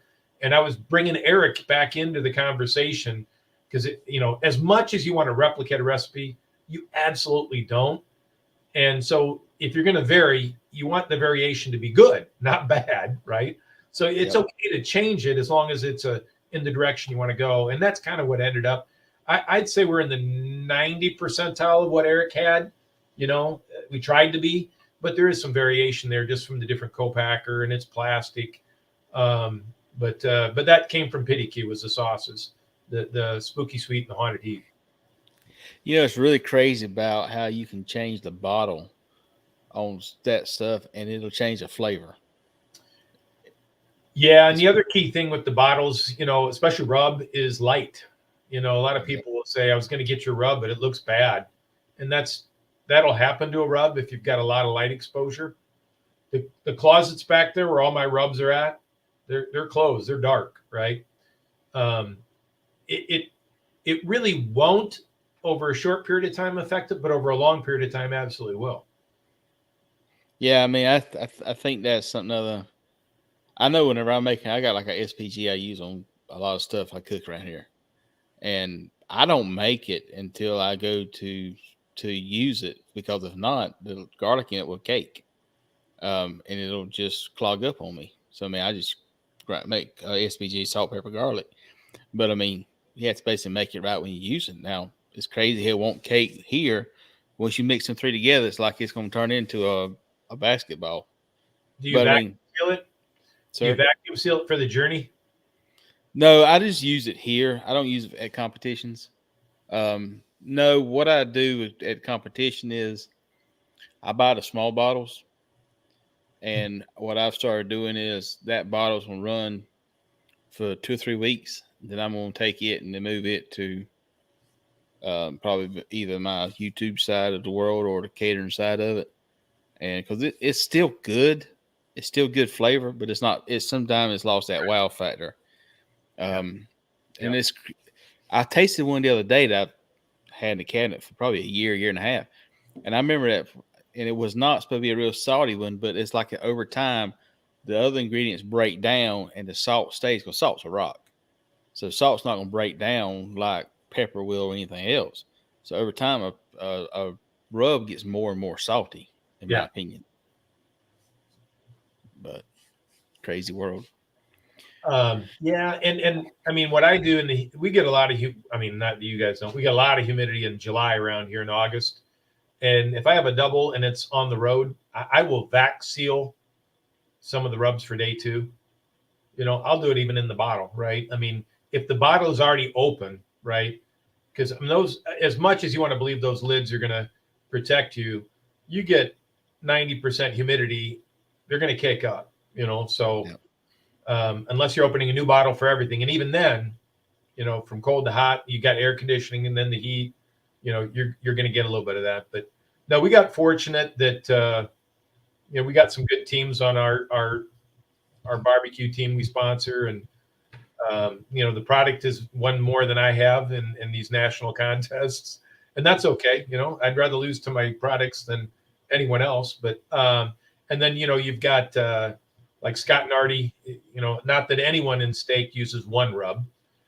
We're in his cocktail, and then Triple H when they won the Royal last year, we're in their cocktail as well. So I think people would be surprised to find out how much I use of my rub on ribs and pork. You know, if I'll leave it a little bit anonymous, but if you knew Steve Hayden in 1-2 barbecue and the rub he uses in pork a lot, well, that's now augmented with Smoking Ghost. So there's your hint for those that have taken Steve Hayden's class. I tell you, talking about that, it's crazy how we've said this before in the show. We've said it before, and you were saying earlier in there about your brisket and stuff earlier in the show. But it's amazing how much we'll help each other do better. Whenever there's no rhyme or reason to it, makes no logical sense in the world, but we'll give a little information to help you do better, to get you competitive. Because the fact of the matter, we want you out there competing next weekend. We want you out there competing and hanging out with you and having a good time. But what we find out with that is a lot of times, a lot of us are using very similar or the same products. We're sharing this little thing we were talking about earlier about the brisket injection. We felt like got an off flavor to it. And we find out that, okay, well, everybody's doing it. We're all using this one piece. It's the same. So switch it up something different. Then things changed. And it's just really crazy how that little roller coaster goes as far as it helping each other out. It's really just throws me off my game sometimes. It's not throw me off my game. It's just really just crazy how much we help each other out. Well, I mean, you saw Kerry jumping in there a few times.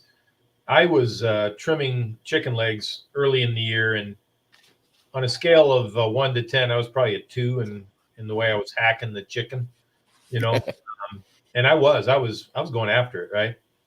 Kerry was looking at me like, good luck, buddy. And so I brought a couple extra legs and said, "Oh yeah, how do you trim?" And I was like, "Oh, that is a lot easier, a lot simpler." And so, I mean, did he tell me his recipe? No. Did he tell me how long he cooks? No. Did he tell me what's in his brine? No. But you're right. I mean, how does he trim versus I trim? Yeah. So I mean, that's part of what I do now. I use some of his. And to your point earlier about things changing, jacquarding the chicken leg. Yeah. I was pretty polite with my jacquard of the chicken leg, and I've got a lot of people saying, "You jacquarded chicken leg?" Yeah, I jacquarded chicken leg. But I always have a pot of boiling water in there in the trailer for many reasons. May have to take it off, warm up honey if it's too cold outside. May have to wash something that's really greasy, pre-wash it. So I always try to keep a little bit of hot water on there. Well, after the jacquarding the chicken, I put my jacquard in the pan of water. Well, it melted. So you wouldn't, right? And it was a single, so it wasn't a double. So I went out and got another one. But I had a backup one in the drawer, but it wasn't the exact same model. It had like a third less of the time, Yep. right? And for like 6 contests in a row, I could not understand my chicken score, and I didn't like my tenderness. Right? I'm like, what the hell? The tenderness has gone to hell. And I never even dawned on me the difference in the two Jacards, right? And I came home. Well, the bus was with me in Wisconsin. I came home and I'm all pissed off. I'm borrowing their Traeger. I'm doing chicken runs, and I'm running chicken and it's coming out perfect. I'm running different versions of chicken and the tenderness is, cheap chicken, expensive, and the tenderness is perfect. I don't get it and I can't figure it out. In the drawer in the kitchen is the exact same model that I melted in the trailer. And I'm like, oh my God, something as stupid as that, right? The number of times in your jacquard and the way you jacquard would have that drastic effect in the process I use for a chicken leg. I'm like, huh, who would have known? I mean, they came back and we only suffered about a third of the season. It's easy, man. It's really easy that the little things that, but again, at the same time, you could have went the other way. You could have had melted the bad one that you've been struggling with, and then had this one be a replacement. All of a sudden, find out that this one works better. Yeah. So I mean, sometimes like I said, sometimes we got to take those little small failures and find out. Sometimes we can learn from them and grow from them. And so it's one thing I always would encourage everybody with the show is take what we're saying out here and go out there. Excuse me. Take what's out there, go out there and just try it. Don't be afraid to fail. Don't be afraid to mess up. I mean, I would make this comment here. That little video we've got on here for the barbecue shotgun shells. If people knew how many times I've made that stupid things to be successful, have a successful video, they'd be like, "Man, I'd quit because we made them." And I'm probably actually gonna remake it because I'm seeing the video and I'm like, I can do a better job on the video. And that's just the same thing. Same thing with YouTube. Go out there and just try it and do it because you're gonna be suck when you first do it. You'll get better over time. You cooking out there, you're gonna suck when you first try it. And today, one of my worst thing for me to do is make a bloody omelet on that in my stove on the side of the house. I can't make an omelet in the frying pan. On my Blackstone, on everything else, we can do it. But in the frying pan, for whatever reason, it drives me nuts. And my wife says I'm trying to go too fast, but I'm gonna keep trying it. One day I'm gonna do it right. It's crazy. Anyhow, you got any sponsors you want to shout out to? Well, I mean, I don't have a ton. I mean, there's people I lean on. Jealous Devil is probably the biggest sponsor I have, and they've been wonderful. Scott and those guys, and have just been tremendous for me and supporting me, and keeping me filled. And as I move into the pellet game, they're getting me the pellets now, and that's kind of a nice little exciting thing to run those pellets and see the difference, compared to the street. And then Raber's Meat Market here in town, and Zare pork, is what I use for the season. It's a Duroc pork, and he works with Raber's Market.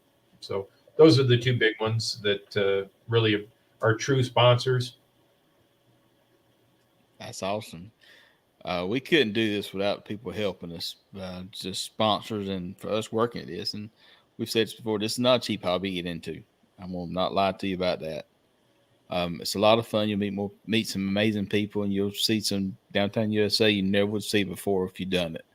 But it's not a hobby that you can go out there and do this and feel like that it's going to be a profitable hobby. Um, I mean, That first call you get is going to cost you about $20K, and your first grand championship is going to cost you another 100.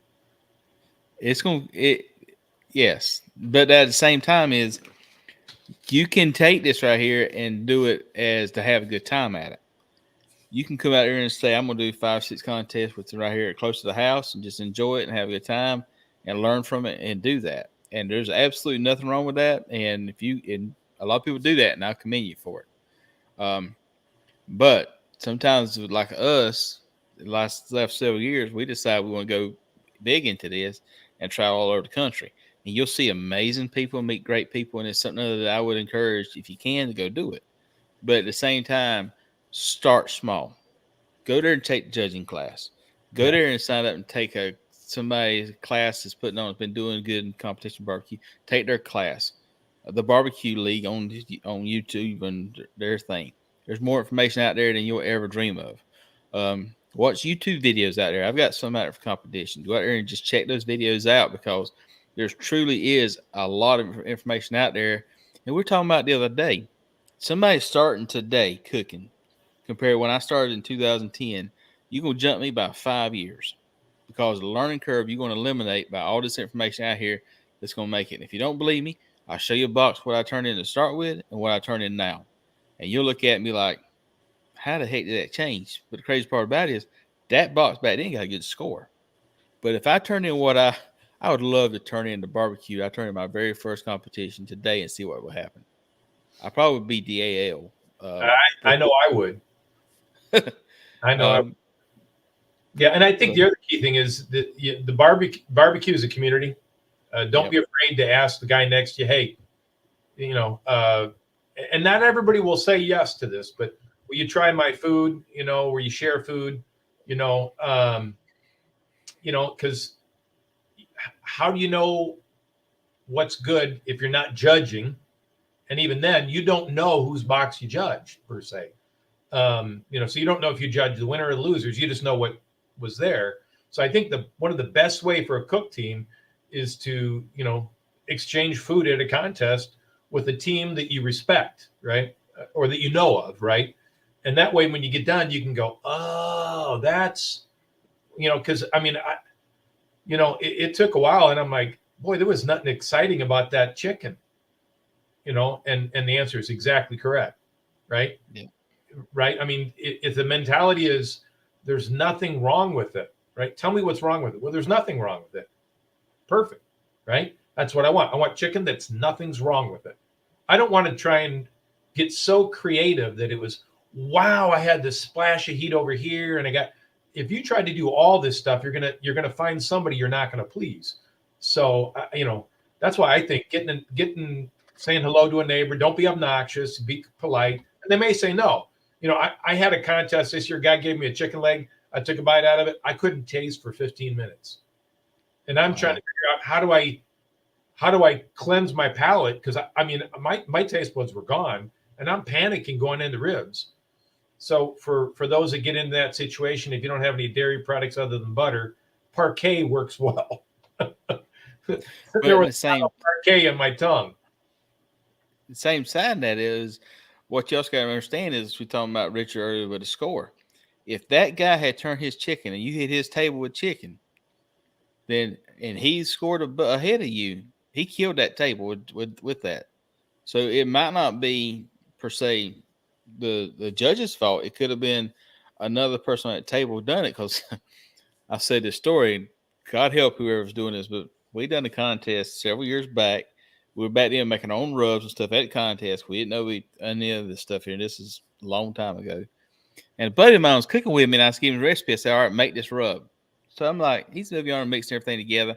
I ain't tasted it. I mean, I trust the guy. I didn't taste it. Start putting on everything else. At the end of it, we're sitting there tasting the chicken.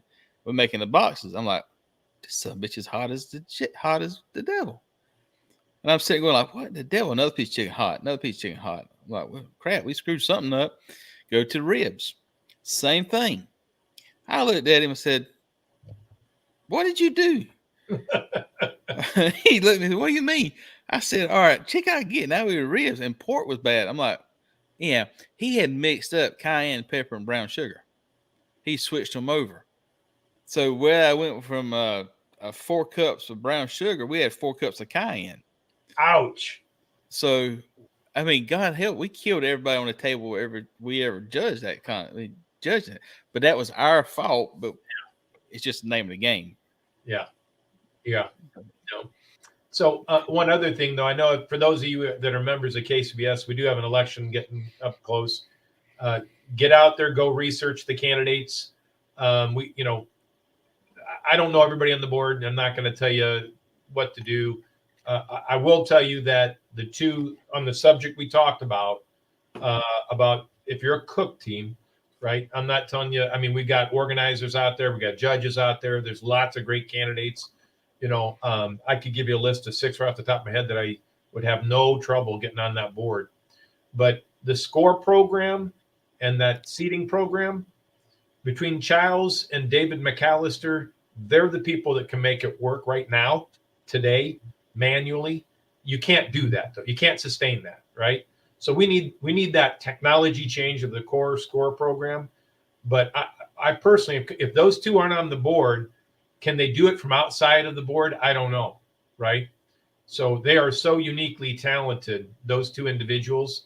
It makes me nervous, and I think we only have 3 seats, right? So that makes me nervous, right? Is Childs on the seat list right now? Yeah, he's a candidate for election. Oh, I know they were talking one time about they had Yeah, predetermined.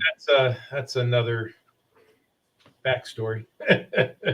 Well, But it goes to the bylaws. I mean, there KCBS bylaw. There's a nominating committee at the heart of it, right? yeah. There's a nominating committee that is made up of 3 people in the way it was previously executed. I mean, up until like 12 days ago, 20 days ago, right? Um, I I disagree with that. I don't believe you take a subset of the board to determine who the board candidates should be. I disagree with that personally. So I think membership should determine who our candidates are, and then vote on the critical few. So I think we ought to be accountable for reducing, like a primary election. You get these two, and then you bring forward the top candidates. I mean, something like that, and it ought to have regional input, right? If you're in the out east, the out east should bring a candidate to the table or two, and you send one in, and somebody from the Midwest send one in, So I want more regionality in there. I think Anthony Minderman is very similar to that. He made some statements on that, but the current structure of the nominating committee for me is a no go. I mean, you want to believe that you trust every board member that's sat to do the right thing, but to your point, you know, whether it is a backdoor error or intent, Chow's not making the board as a candidate, let alone being elected. That's an issue, right? I mean, it really is an issue.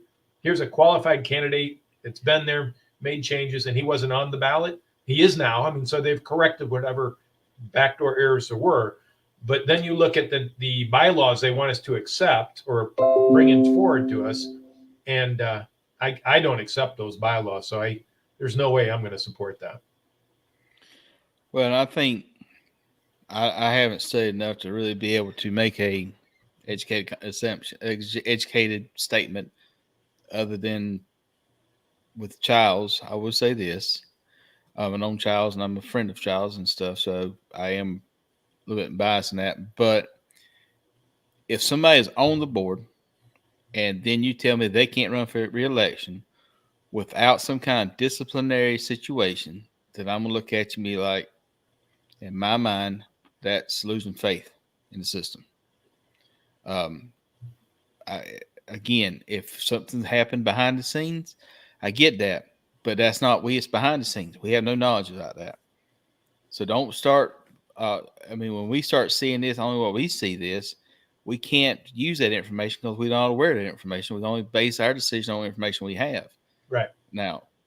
And I'm not saying there was anything with that with Childs. I was just using an analogy, but that kind of made a bunch of people in there started looking at me like, all right, I don't understand this, and lost faith in it. But at the end of the day, God bless the people getting on the board, because that is a challenge in itself to be part of any kind of board, especially KCBS. Yeah, a volunteer board. So Volunteer working board. yeah, well, actually worse, right? Yeah. I mean, it's one thing to have a voluntary board to sit back and review, are you going in the right direction, right? And that's kind of what I look at. We hired Rod to do a job. Let's make sure the mission and the vision and the boundaries and the curbs are set, and then let him go do it and measure him on the journey and do some course corrections. We go left to right. Why do we have a working volunteer board? So I have a different issue here, but well, and a board is not a working board. I mean, if you're working, it's not you're not a board member. You're just a I reckon technically you are, but it's not the same when we start having a board gives directions. A board gives, say, okay, this is guidance we want to take. I want you to come out here and I want you to make us money. I want you to come out here. I want you to focus on creating competitions in this part of the country. I want you to do this in this area. Go in these directions. Now you go take your staff and you make it work. So Mhm. the problem we have in KCBS in that perspective is we don't have enough staff to push those in those directions. So we get the board in there from a working perspective and get them working. And then the other side is you look at the board members in this situation, and I ran for the board, so I'm going to say this with for me in the situation is a lot of them get in that situation and they don't want to lose control of something other. It's their baby. It's what their passion is, and they want to make sure they hold on to it. Whereas, as Garrett said, here needs to be a think tank. Be like, all right, I want you to make a new yo-yo. Go out there and make a new yo-yo. And I think that's kind of what the board has got to get. It's got to start breaking itself down. Oh, by the way, Wes, I just want to let you know that your name is in orange right here. I just want to let you know that this right here, your name is in orange, and I'm so loving this right now for you. It is so much fun. You probably gonna kill me now. Know that joke there. So um, anyhow, but I mean, I think that's kind of where it's at. Is that a lot of us have, as I wouldn't necessarily say losing faith in it, but I think a lot of us are seeing the changes been made with taking the seeding program away. Seeing the changes been made as far as um, just with COVID came in there. I mean, nobody in the world could have expected to could have expected COVID to come here and totally change the barbecue the way it did. Instead of contests going on out there, fill me in on this. um, so I mean, I just think what KCBS is doing, what KCBS has done, I think it can do better, yeah, and I expect it to do better. I expect them to take the information that they've got because we've got a passion that we want to come out here and do, and we want to keep doing it and keep going forward with it. yeah. I think there's, in my mind, there needs to be a mini strategic review, right? And talk about strategic changes that need to be made, right? Not, I mean, we all, if you think about it, there's judges, there's cooks, there's organizers, there's reps. I mean, we got all these lanes, right? But at the end of the day, there's a product, right? And everybody has a different role, kind of Y equals F of X, right? There's a function out there. Well, one of the big things, people come to a barbecue contest and, boy, I can't wait to try the barbecue. Well, we don't have any for sale. What do you mean? I saw it on TV. It's a big barbecue festival. You're not selling barbecue? Well, we can't. I mean, there's a lot of these things that the structure itself doesn't, what I'm saying? So we got to get organizers more tooled up, give them more answers, right? But we got to look at our product. What is our product, right? We got to play with it. And I'm not taking a pot shot at the steak, right? I think we missed the ball with steak, day late and dollar short. I think turkey is a very solid, approach. It's a different thing. It's not a me too, so I think that's there. But I think we need to look at the product. What is our product? I think KCBS ought to be a content creator, and we ought to lean on that for the public, right? I think we ought to be considered, demos. Remember back before COVID, KCBS would partner with not Cabela's, but Had Bass Pro Shop, had some stuff at Bass Pro Shop. we'd have They Bass. had some Yeah. McCormick, some season places. They come out to contests and they do the seasonings and stuff out there. Yeah, I think they had it into ribs that. and stuff. But whatever it is, whatever the right answers from the right people are, to your point, is that the board ought to be pressing the strategic direction we ought to be going, and then hand the keys to Rod and say, we're going to measure you on these factors. So go. We'll stay here, oversight, and watch you get there, or course correct along the way. Another pandemic or something happens, we got to jump in. But yeah, I think we got a structure issue here is what I think. I mean, as far as bringing the public back into it, bringing stuff here, KCBS is not I've ran a lot of contests, been involved putting on a lot of contests. If I was going to anybody out there trying to raise money for a fundraiser, barbecue competition not the way. The KCBS barbecue competition is not the way to raise money. Straight up, it will not do that. It is a competition of basically a private competition. Come in there. Want to be part of the festival, want to be part of all this stuff here. I get that. We want to do all that. But at the end of the day, if I'm raising money for a charity and I come here and raise money for charity, that money needs to go to a charity. That money does not need to go to pay competition guys come cook a contest. Maybe I'm wrong with that, but I'm just saying that's the way I look at it because I don't want my money to be given for a charity to find out that it's not given to the charity, it's going somewhere else. What I think KCBS needs to do is a couple things, and we're way off my normal topic, but I'm going to say these right now. Number one is seeding program. Number two is work with the J Cup here to work with the seeding program to make that work as efficient thing. And number three, and this is probably the most radical of all of them, is take this country we've got, it's competent in the KCBS side of it, as far as where we at. We got the country break it up into 6 different quadrants. Okay, southeast, northeast, north, the middle part of the country in the north, middle part of the country in the south, and then northwest, northeast, I mean south, whatever. Break the country up into 6 different areas. Okay, on the map, and then have a 7th one be the international teams come in there, and then have all those areas in there. If you cook the majority of your contests in the southeast and your points in the southeast count, all right, get a team of the year in that part of the country. All right, take top 5 from those team of the year points in that part of the country, then go do the KCBS Invitational to be team of the year as far as invitation. Now, all of a sudden, what you've got is you've got people chasing points, and all of a sudden, rather than one big ball game right here, you're chasing points and all these other pieces right here. And then you can get down to go of yonder, then you go to the World Invitational. Now you can find out who can come out on top. And you could do a double or whatever you want to do.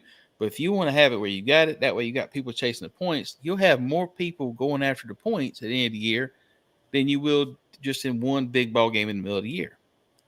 Now, yeah, if you're not out of the gate by April, it's going to be hard to chase the points at all, right? I mean, yep. You had Triple H, you had Heavy Smoke, those guys were well vested by April, right? Yeah. Smoke Me Silly, right? They came out firing, right? I mean, they were hitting every other contest. So, if you're going to plan to start in April or May, in a overall one team of the year, good luck. You might get a category. You might make some run on a category, but it will be hard to chase the overall because you're just missing too many contests. Yeah, it is. But at the same time is you got somewhere in your part of the country that don't really start probably till middle of May. Whereas down here in Florida, not down here, but in Florida, they're starting January. Yeah. So, I mean, but you got the same time as you say, okay, Southeast right here. Yeah, you might have a longer season, but you cook the majority of your contests in Southeast, which say your best 8, whatever, then that's where your points are. And if I do most of mine in the Northeast, then I'll go to the Northeast, which I don't. But my point being is now it's another, you come over here, you got 5 or 6 teams that's going head to head in this little part of the world for points. Now it's another, okay, now they're going to advance to the next round up here at Kansas City Invitational to go for the team of the year. Mm-hmm. Now it's another, you got a lot more people chasing that ball game. Yeah, we should do that for the college football playoffs too. Lord help us on that one. No, I think, I agree. We could do some things that reduce the cost to the cook teams by regionalizing them instead of forcing. I mean, if you want to chase for a team of the year, you're going to be traveling like Uncle Pigs, like Slaps, like Heavy Smoke, like Triple H, like Kerry. I mean, you're going to travel. It's just the way it's going to be. And what you can do with that is at the same time is for somebody that don't want to travel or can't travel that much, they can still be competitive.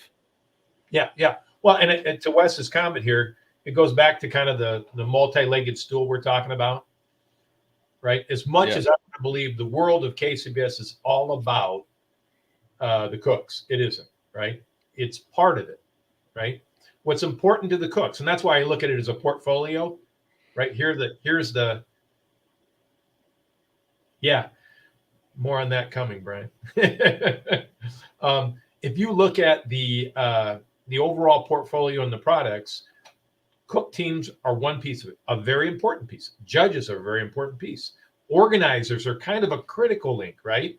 If there's no organizers, no contesters, why do I need, you know what I'm saying? So you can't, none of these things can go to extremes. So, you know, that's why I look at it within the cook. What are the things most important to the cooks that we need to do? And I think Wes is absolutely correct. Okay. What are the things for judging we must do, and come up with those projects and prioritize them, because we don't have enough money to do everything, right? And right now, I think at the core, pardon the pun, that score program needs to be replaced so we don't have a something dead in operation right now, right? It's not exciting to replace something, but it will allow us to do something, right? So it's kind of, you kind of got to look at all these things and say, you know, here's the things within each of these lanes, this portfolio called KCBS. Now, how are my products performing? And that's kind of where the board comes in to you know, Rod saying, how my product performing this year? What's my top sales? Or how many new teams we got? How many more organized? You know, I don't, you know, if you think about it as a KPI for a board, what are those key product indicators? You know, traditionally it's been number of teams cooking, number of contests, you know, I mean, those types of things. So anyway, so that's, I'm not disagreeing. I just want to make sure everybody realizes, even as the board, they got more pressing problems than just judging and just the stuff that we care about, right? So I'm not giving them an out. I'm just saying you got to put the whole thing together, and that's why right now we're losing contests. Illinois was at 15 contests. Brian could probably remind me. I think we had in 2018 we might have had 15 contests. I think we're down to 7. You know, I think that's across the board right now with trying to come out of the COVID situation. I think come out of reevaluating just the money that people's got and stuff. Um, I think all that's going to start leveling itself out in the next couple of years. I I believe this year's going to be another little bit of a slower year, but I think next year's going to probably kind of start picking back up. Um, just from what I'm kind of hearing from different people and different organizers and stuff like that. 'Cause I just think that I feel like when a lot of teams are looking at the end of the year this year and looking at the cost and the fuel costs and the expenses, and they're like, okay, this is this is challenging to do this, and especially you don't get no calls, but everybody can't win a contest either. yeah, yeah. No, I mean we've got challenges. I just, you know, that's why get a hold of some of these board members and ask to get a chat with them one on one, guys. I mean, if they want to be a board member, they should take your call. You know, you should learn to who the names are. Yeah, don't be afraid to reach out to it. But from a cooking from starting out cooking from a backyard perspective and cooking out there for somebody wanting to get out there to do, we've gotten to a lot of the details from KCBS side of this situation. We really have gotten into to that, and what this shows you is that the passion we have for barbecue. I promise you, if we didn't have a passion for barbecue, we wouldn't have this conversation for as long as we've had, because we have something we're very passionate about. We want to share it. But the crazy part about this is, you come out the contest, we'll share it with you, and we'll let you get involved with this and get it just as much as we are about it. So I want y'all to know, anytime you see this contest, come out there and say hey to me. We'll let you try my food if I got it, hadn't give it away or whatever. But we'll definitely do that. Come out there and be part of it. Yeah, I mean that. There's so much we do in competition barbecue that is the basics for the backyard, for the home, right? We overcomplicate it, no doubt about it. But that's only because we're trying to narrow that variation every time. You don't have to worry about that at home. You really don't, right? But the strategies and the techniques are very valuable. Yeah, definitely the strategy and techniques can definitely help up your game. But I would check out the stuff online.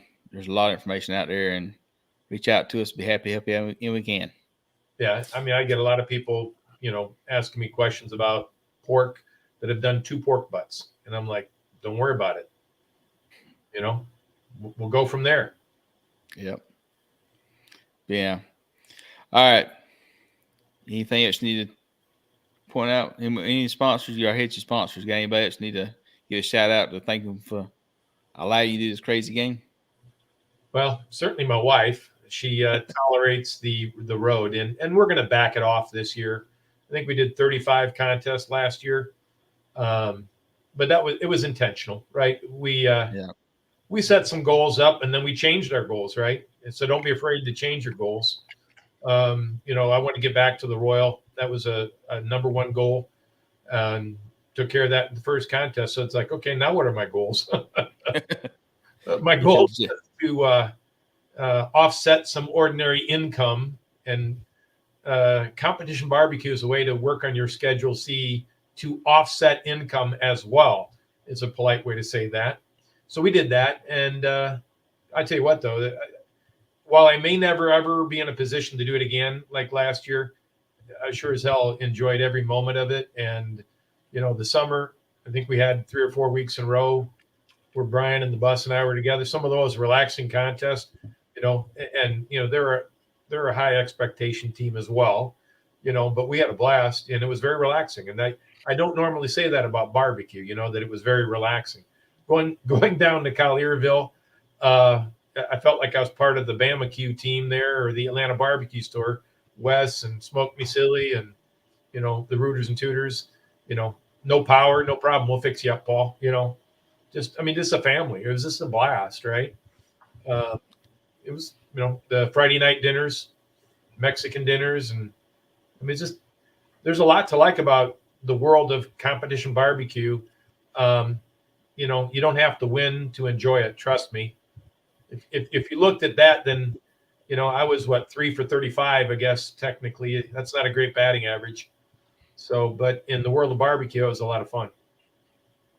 It was a lot of fun. You meet a lot of great people. But with all that being said, thank y'all for watching that. We greatly appreciate it. Like I said, like, subscribe, share information. But it's a great conversation tonight, man. And we enjoy being part of it. Tune in next week. Be back for the same time for another show. Thank y'all.